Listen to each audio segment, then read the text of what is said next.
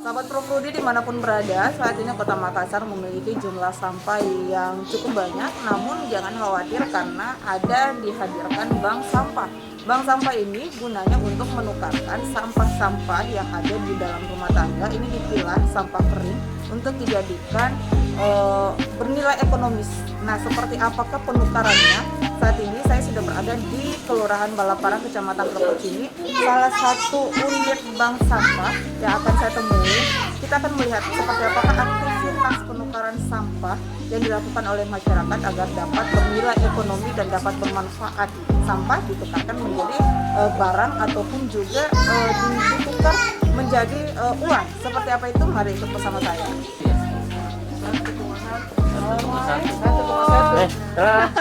Ya, dan sahabat Prodi, saat ini saya sudah berada di salah satu bank sampah ya Pak Sahar ya. Oh, iya. Ya, dan saya sudah bersama dengan Ketua Asosiasi Bank Sampah Kota Makassar, ada Bapak Saharudin Ridwan. Ini sudah ada aktivitas masyarakat yang menjadi nasabah menukarkan sampah-sampahnya, ini sampah kering, menukarkan, dan sudah ada aktivitas yang bisa kita lihat di sini. Tapi sebelum kita melihat, saya ingin bincang dulu sama Ketua Asosiasinya ini.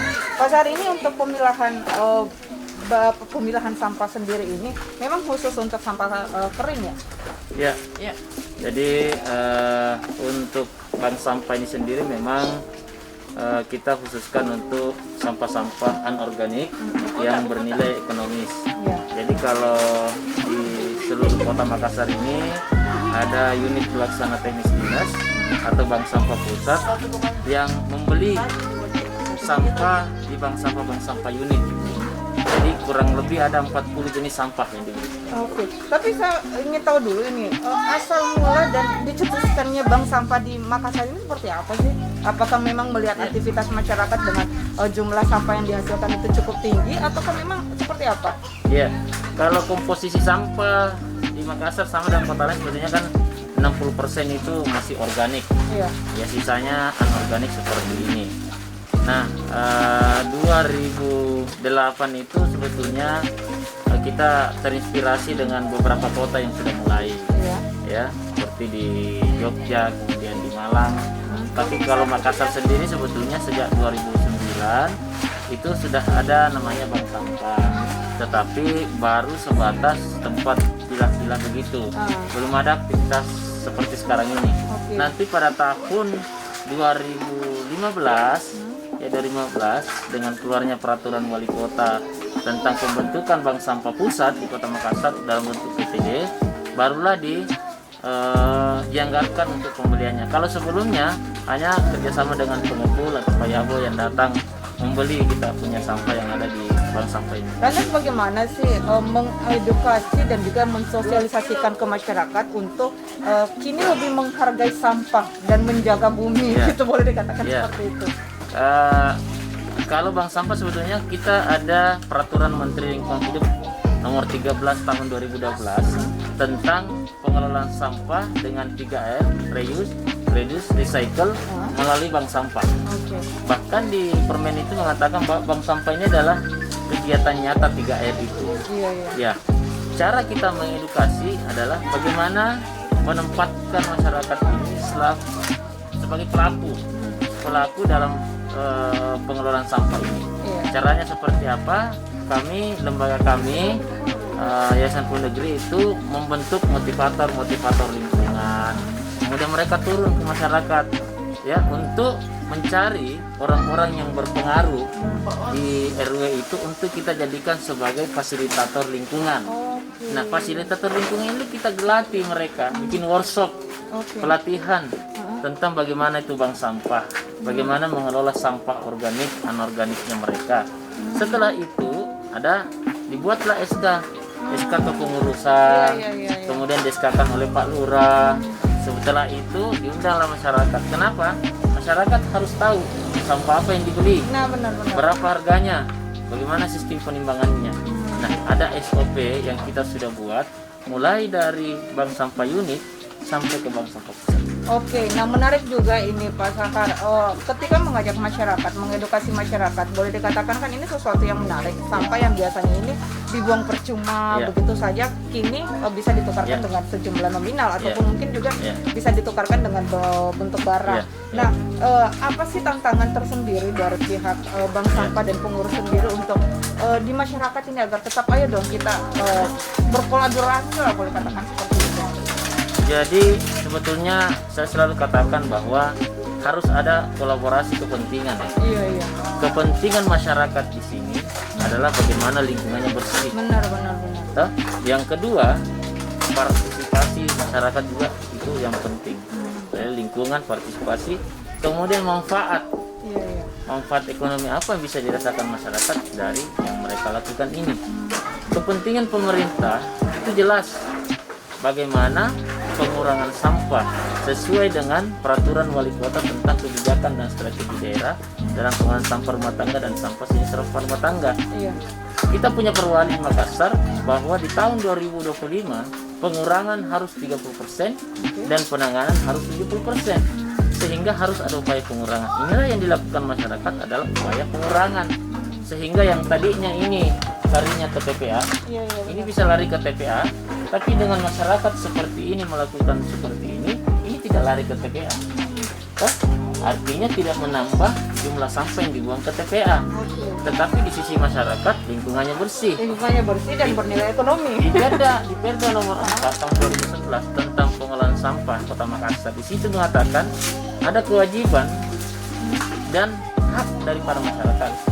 Kewajiban masyarakat adalah melakukan pemilahan, ya, pemilihan. Nah, kalau sudah dilakukan pemilahan anorganiknya, lantas siapa yang mau mengambil? Iya. Ya. Nah, kalau dengan sistem ini sudah dipilah sampah anorganiknya bernilai ekonomi, dihargai pula oleh pemerintah, disitulah di Perda mengatakan harus ada insentif dan disinsentif. Kalau masyarakat memilah sampahnya seperti ini, dikasihlah insentif berupa apa? Dibeli sampahnya oleh pemerintah. Artinya kewajiban masyarakat sudah jalan. Nah, di sisi lain pemerintah harus menyiapkan sarana prasarananya untuk itu. Sehingga pemerintah melalui Bank Sampah Pusat itulah yang menyiapkan sarana prasarana untuk menjemput. Jadi ini biasanya kalau sudah seperti ini mereka tinggal di grup WA. Iya. Sampah saya Ada sudah grup juga ya? ada Pak, ya? grup WA-nya. Jadi tinggal di situ, Pak sudah siap dijemput sampah saya di Jalan Pelita Raya, ya, bank sampah ini. Langsung datang di sini, ditimbang di sini, kemudian dihargai berupa pembelian. Nah, saya ini ingin tahu juga, Pak Sar, apa-apa saja sih sampah yang bisa ditukarkan oleh masyarakat? Karena kalau saya melihat ini kebanyakan ada plastik dan juga kardus ya. Apa memang itu yang disiapkan, yang akan dibeli? Jadi jenis sampah yang dibeli itu kan ada plastik. Iya. Plastik itu banyak jenisnya. Ya, ini ada dua jenis ini. Ini lain ini. Plastik. Nah, plastik itu banyak jenisnya. Kalau kertas juga banyak. Ada kertas koran, ada kardus, ada plastik. Ada kertas putih, macam-macam. Berarti jadi beda, jadi beda harga. Oh, seperti Ya, itu. logam juga beda. Logam juga beda. Jadi beda jenis, beda harga. Ya, ini juga lain ini. Nah, ini juga lain ini. Ini logam ini. Oke. Ya, logam. Jadi sampah-sampah seperti ini, sisa-sisa kemasan yang biasanya kita buang percuma seperti itu saja, ternyata ini memiliki daya tarik dan juga memiliki nilai ekonomi yang cukup tinggi juga ya, boleh dimanfaatkan. Nah, dan sahabat Profudi, di sini pun juga ada timbangan di sini untuk untuk mengukur ya Pak Sar, yang untuk mengetahui berapa jumlah sampah yang dibawa oleh masyarakat. Jadi istilahnya kan namanya menabung. Iya. Jadi sama dia nih, ada nama bank sampahnya, kemudian diketahui oleh manajer bank sampah, direktur bank sampahnya di bawah sini. Iya. Kemudian ini sama dengan buku tabungan sebetulnya. Ada debit, ada kredit, ada saldo. Iya. Jadi semua setiap penimbangan tidak langsung dikasih uangnya, tapi langsung dimasukkan ke buku rekening. Ketika mereka butuh, bisa langsung diberikan dalam bentuk uang. Artinya ini tercatat bahwa kita bisa tahu di RW ini jumlah volume sampah yang ditimbang setiap bulan itu bisa kita tahu. Oke, jadi ini dapat lebih menekan jumlah sampah nantinya Pak Sar ya. Tapi kalau misalnya ingin pencairan ini, apakah memang harus ke bank atau ke unit sampah sendiri? Ini ke Ke sini bank aja. sampah. Oke, jadi setiap sampah yang dibawa oleh masyarakat itu akan tercatat. Ini akan ditimbang dulu, prosesnya akan ditimbang dulu, Ya. kemudian dicatat ya Ibu ya. Jadi sampah yang dibawa oleh masyarakat ini prosesnya seperti apa Ibu? Ya, biasa ada juga nasabah yang sudah dikasihkan pelatihan untuk memilah sendiri di rumahnya.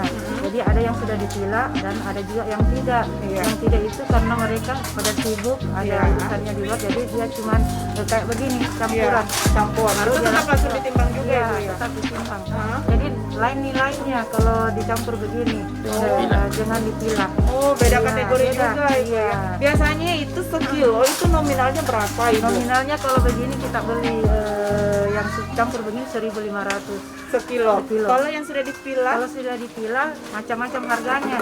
Kalau Kalau di yang gelas. dari ini bisa jadi 2.000. Kalau Oke. ini dipilah 6.000, 7.000 per kilo. oh, oke yang logam ya. Logam. Jadi kalau gelas, ada gelas juga yang gelas itu yang kayak begini. Nah, kalau kalau tidak dipilah 1.500 kita beli ke nasabah. Kalau kita yang pilah nanti untuk bank sampah pusat bisa 3.000, 3.500. Oke, iya. Jadi sahabat Profodi ini memudahkan, bank sampah ini memudahkan. Jadi masyarakat yang mungkin dengan kesibukannya tidak bisa memilah sampahnya, jenis sampahnya seperti apa, tetap bisa membawa ke bank sampah, ditimbang tapi dengan nominal yang berbeda. Namun jika ketika di rumah sudah dipilah, ini tentunya akan bernilai lebih lagi.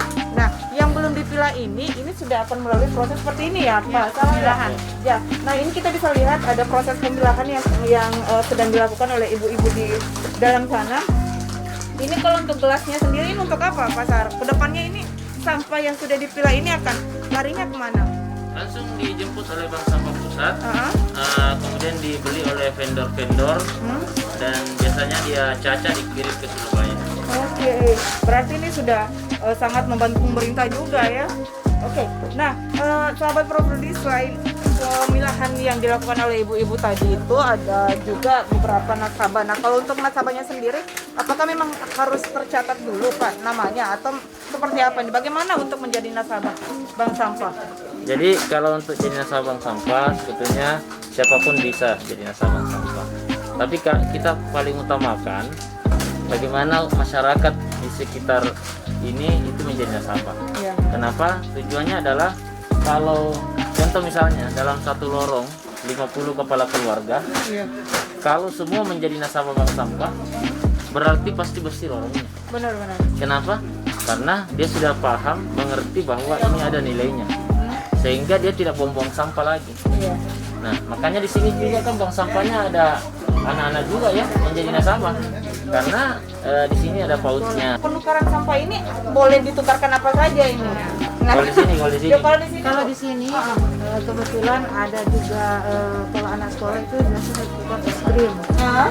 Kalau ibu-ibunya karena ada produk yang kita kerjasama sama Unilever, biasa kayak sabun, sampo, semua yang dari produk Odol. kita tukar dengan barang. Oh, jadi bisa ini apa ya, menghemat, boleh Iya, dikatakan yang betul. menghemat kebutuhan rumah Dan kita tangga. dan kita juga pernah tukar beras. Oh iya. Iya. Tapi saat ini masih tukar beras juga. Ada yang masih dan Tergantung kebutuhan Iya. nasabah ya, seperti itu. Kebetulan juga kita di sini masyarakat kalau memang masih di paut juga itu mereka tabungannya biasa dibayar untuk bulanan sekolahnya. Oh iya, nah ini dia salah satu perbedaan dengan bank sampah lainnya. Kalau untuk di Balaparang sendiri, Iya. ini ada PAUD. Jadi PAUD ini bisa dibayarkan oleh para orang tua yang menjadi nasabah seperti itu ya. Dan tadi juga sempat saya melihat ada produk daur ulang ya Pak Sahar ya. Iya, iya. Bisa mungkin kita melihat ya bagaimana produk daur ulang dari sampah yang sudah dihasilkan ini. Ya, dan sahabat Profodi, ini dia beberapa kreasi yang dilakukan oleh para nasabah dan juga ibu-ibu pengurus ya Bu ya. Ini kalau kita melihatnya, saya ambil contoh salah satunya Ibu ya. Jadi ini tatanan gelas. Ini ternyata dari sampah, daur ulang sampah. Kalau kita melihat sekilas, ini tidak terlihat seperti sampah. Jadi barang-barang yang kita anggap ini tidak berguna lagi, rupanya dapat dimanfaatkan dan lebih cantik lagi dipajang di rumah. Ini bagaimana sih Bu proses pembuatannya? Jadi ini kebetulan seperti tadi yang dipilah-pilah itu, Iya. diambil yang bersih-bersihnya, kita gunting bibir gelasnya, ini yang di Iya, iya, atas benar. ya. Terus kita lilit dengan lilitan ini yang ada di terus dililit baru kita bentuk. Prosesnya berapa lama Bu untuk membuat satu Kalau handmade banyak seperti yang kerja, Ibu cepat biar ini? Sudah dipasarkan Bu? sudah. Sudah dipasarkan. Iya. Bagaimana antusias masyarakat? Alhamdulillah ini masih banyak yang pesan, tapi kebetulan juga lagi musim corona ini kita Oke, tidak. jadi ini bisa meningkatkan juga kreativitas masyarakat. Jadi sampahnya tidak lagi dibuang percuma, bisa bernilai ekonomis, kemudian bisa juga berubah menjadi produk yang bisa mempercantik rumah. Nah, seperti ini. Kalau ini kebetulan di sini banyak percetakan. Mereka buang koneksi ini yang Oh iya iya iya. Iya. gulungan anunya mereka buang. Jadi kita ambil, kita gunakan untuk tempat pensil dan juga celengan. Kebetulan sudah habis, banyak yang terjual kalau yang begini karena anak-anak sekolah datang membeli tahun ini. Oke, jadi memang sangat bagus sekali dan di belakang sana juga ada PAUD yang disediakan untuk kelurahan Balapara. Ya, jadi selain produk-produk yang tadi ini juga ternyata kalau kita ya ibu-ibu itu biasanya membuang kemasan minyak seperti itu, tapi di sini ternyata bisa digunakan juga sebagai tempat tanaman ya. Jadi bisa lebih bermanfaat. Ini bisa menjadi salah satu alternatif juga untuk kita di rumah bagaimana berkreasi mempercantik halaman rumah tanpa menambah budgeting. Jadi dari pembungkus-pembungkus ataupun hasil olahan-olahan itu kita bisa gunakan kembali. Dan terakhir ini pasar 2008 bank sampah ini hadir hingga saat ini dengan segala macam peningkatan yang boleh dikatakan cukup signifikan. Apa sih harapan Bapak ke depannya untuk masyarakat dan juga keindahan Kota Makassar? Iya. Yang pertama adalah keberhasilan sebuah program ketika masyarakat sudah melakukannya sendiri tanpa harus kita dampingi. Ya, kita kan di dasarnya pendampingan. Sehingga menurut saya yang masih perlu kita tingkatkan di sini adalah pertama ya partisipasi masyarakat. Partisipasi masyarakat. Karena jumlah nasabah kita masih kurang lebih 20.000. Jumlah penduduk Makassar 1,5 juta jiwa. Artinya partisipasi. Kedua, partisipasi masyarakat akan meningkat ya jika peran serta daripada pemerintah ini ditingkatkan. Saling bersinergi. Iya kan? Seperti itu. Kenapa? Di peraturan daerah kan jelas, Perwali Jakstrada jelas sekali bahwa ada hak dan kewajiban pemerintah juga. Ya, di dalam undang-undang lingkungan hidup, di dalam Perda, di dalam Perwali jelas sekali bahwa pemerintah wajib memfasilitasi setiap kegiatan yang dilakukan oleh masyarakat berkaitan dengan pengelolaan lingkungan. Nah, kalau masyarakat sudah melakukan seperti ini, ya, Direktur Bank Sampah kami meskipun tidak digaji oleh pemerintah tapi mau berusaha seperti ini, bagaimana ini dimasifkan? Ditingkatkan partisipasi peran pemerintah dalam hal apa? Pertama, ditingkatkan nilai penjualan ke masyarakat. Tahun lalu 2 miliar, 1,6 yang terserap, artinya 1,6 miliar tahun lalu itu sampah yang menjadi uang, 1,6 miliar. Nah, kalau ditingkatkan lagi itu kan jauh lebih bagus. Yang ketiga adalah bagaimana sistem penjemputan, sistem sosialisasi, sistem edukasi itu lebih dimasifkan. Kenapa? Karena dari sisi regulasi kita sudah ada, ya, dari sisi partisipasi masyarakat sudah tinggi, tinggal ini mau dimasifkan lagi, ini mau ditingkatkan, diperbaiki. Karena kenapa? Ada hal yang penting dilakukan oleh Kota Makassar untuk mencapai sasaran tentang Jakstrada, kebijakan strategi daerah dalam pengelolaan sampah rumah tangga dan sampah sejenis sampah rumah tangga. Target pemerintah Kota Makassar 30% pengurangan dan penanganan 70% itu sampai tahun 2025. Nah, untuk menjawab tantangan itu, maka yang pertama, masifkan kegiatan-kegiatan pengelolaan sampah yang dilakukan oleh masyarakat. Karena bentuknya partisipatif, tujuan dari bank sampah cuma 3. Yang pertama, kita ingin lingkungan jadi bersih, ya. Yang kedua, ada nilai sosialnya. Yang ketiga, manfaat ekonomi. Iya. Manfaat ekonomi luar biasa. Ya, sampah tukar ini, sampah tukar ini, sampah tukar ini, bahkan PAUD juga. Jadi orang bisa jual. Nah, bahkan bisa sampah untuk bayar retribusi sampah. Oke. Iya, seperti Jadi itu. banyak hal yang dirasakan manfaatnya Iya. apa ya dengan hadirnya bank sampah, memberdayakan masyarakat, Iya. kemudian membuat lingkungan menjadi bersih, menjadi asri, kemudian sampah-sampah yang kita anggap tidak berguna ternyata memiliki hasil, memiliki nominal yang Iya. boleh katakan bisa sangat membantu kita, apalagi saat ini di masa pandemi ya Pak Iya. ya, sangat-sangat membantu.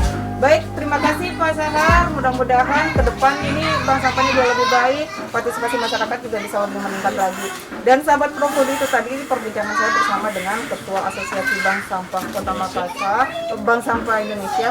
Dan kita akan berjumpa kembali di segmen selanjutnya tentunya di channel Profudi Jamaludin. Terima kasih Pak Sahar, terima kasih Bu Marki.